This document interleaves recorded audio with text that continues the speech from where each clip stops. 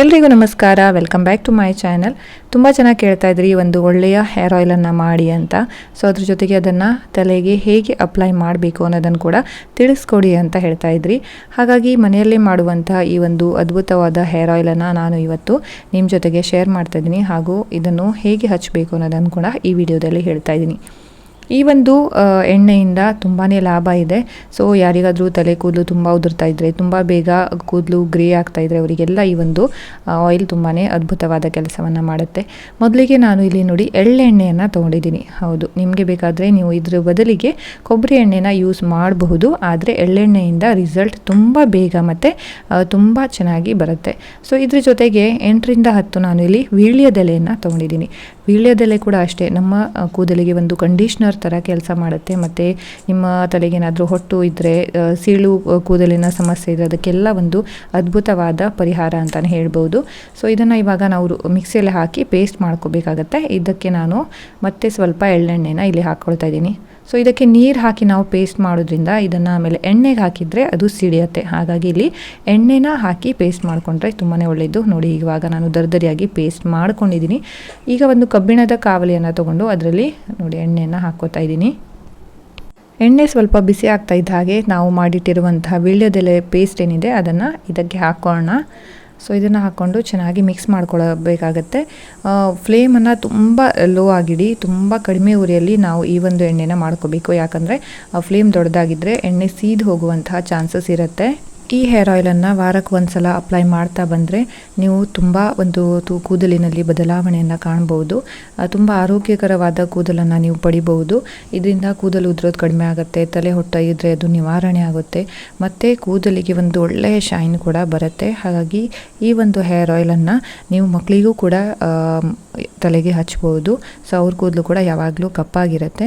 ಯಾರ ಕೂದಲೆಲ್ಲ ಜಸ್ಟ್ ಇವಾಗ ಬೆಳ್ಳಗಾಗ್ಲಿಕ್ಕೆ ಸ್ಟಾರ್ಟ್ ಆಗಿದೆ ಅವರು ಇದನ್ನು ಅಪ್ಲೈ ಮಾಡೋದ್ರಿಂದ ಮತ್ತು ಕೂದಲು ಬೆಳ್ಳಗಾಗುವುದನ್ನು ಇದು ತಡೆಯುತ್ತೆ.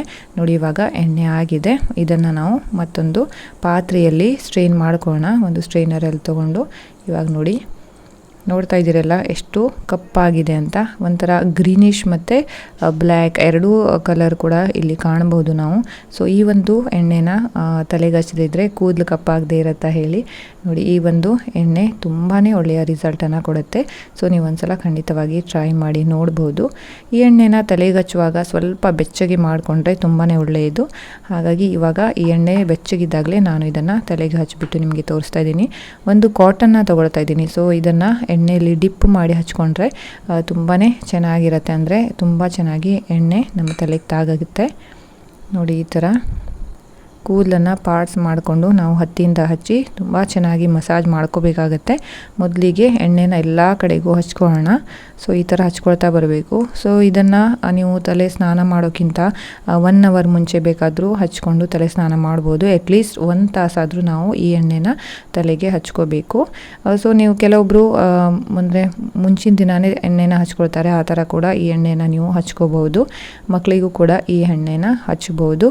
ಸೊ ಕೂದಲಿನ ಒಂದು ಬೆಳವಣಿಗೆ ಇರ್ಬೋದು, ಇಲ್ಲಾಂದರೆ ಕೂದಲಿನ ಒಂದು ಕಲರ್ ಇರ್ಬೋದು, ತುಂಬ ಚೆನ್ನಾಗಿರುತ್ತೆ. ನಿಮಗೆ ಕಾಣಿಸ್ತಾ ಇರ್ಬೋದು ನನ್ನ ತಲೆ ಕೂದಲು ನೋಡಿ ಎಷ್ಟು ಕಪ್ಪಾಗಿದೆ ಅಂತ.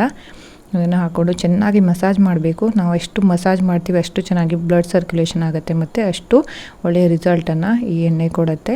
ಹಾಗಾಗಿ ಚೆನ್ನಾಗಿ ಮಸಾಜ್ ಮಾಡ್ಕೊಳ್ಳೋಣ. ಮತ್ತು ನೀವು ರೆಗ್ಯುಲರ್ ಯೂಸ್ ಮಾಡುವಂತಹ ಶಾಂಪೂನ ಯೂಸ್ ಮಾಡ್ಬೋದು. ನಾನು ಮನೆಯಲ್ಲೇ ಅಂದರೆ ರೆಡಿ ಮಾಡಿರುವಂಥ ಶಾಂಪೂನೇ ಯೂಸ್ ಮಾಡಿ ತಲೆಗೆ ಸ್ನಾನ ಮಾಡುವಂಥದ್ದು. ಆ ಶಾಂಪೂ ವಿಡಿಯೋ ಬೇಕಾದರೂ ನೆಕ್ಸ್ಟು ನಾನು ಹಾಕ್ತೀನಿ. ನೀವು ಯಾರಿಗಾದರೂ ಅದರಲ್ಲಿ ಇಂಟ್ರೆಸ್ಟ್ ಇದೆ ಅಂದರೆ ನೀವು ಮೆಸೇಜ್ ಮಾಡ್ಬೋದು. ನೋಡಿ, ಇವಾಗ ಎಣ್ಣೆ ಹಚ್ಚೆ ಆಗಿದೆ. ಸೊ ಈ ಒಂದು ವಿಡಿಯೋ ನಿಮಗೆ ತುಂಬ ಹೆಲ್ಪ್ಫುಲ್ ಆಗುತ್ತೆ ಅಂತ ಅನ್ಕೋತೀನಿ. ವಿಡಿಯೋ ಇಷ್ಟ ಆದರೆ ಲೈಕ್ ಮಾಡಿ. ನನ್ನ ಚಾನಲನ್ನು ಇನ್ನೂ ಸಬ್ಸ್ಕ್ರೈಬ್ ಮಾಡಿಲ್ಲ ಅಂದರೆ ದಯವಿಟ್ಟು ಸಬ್ಸ್ಕ್ರೈಬ್ ಮಾಡಿ. ಬೆಲ್ ಬಟನ್ನ ಪ್ರೆಸ್ ಮಾಡೋಕ್ಕೆ ಮರಿಬೇಡಿ ಅಂತ ಹೇಳ್ತಾ ಈ ಒಂದು ವಿಡಿಯೋನ ಇಲ್ಲೇ ಮುಗಿಸ್ತಾ ಇದ್ದೀನಿ.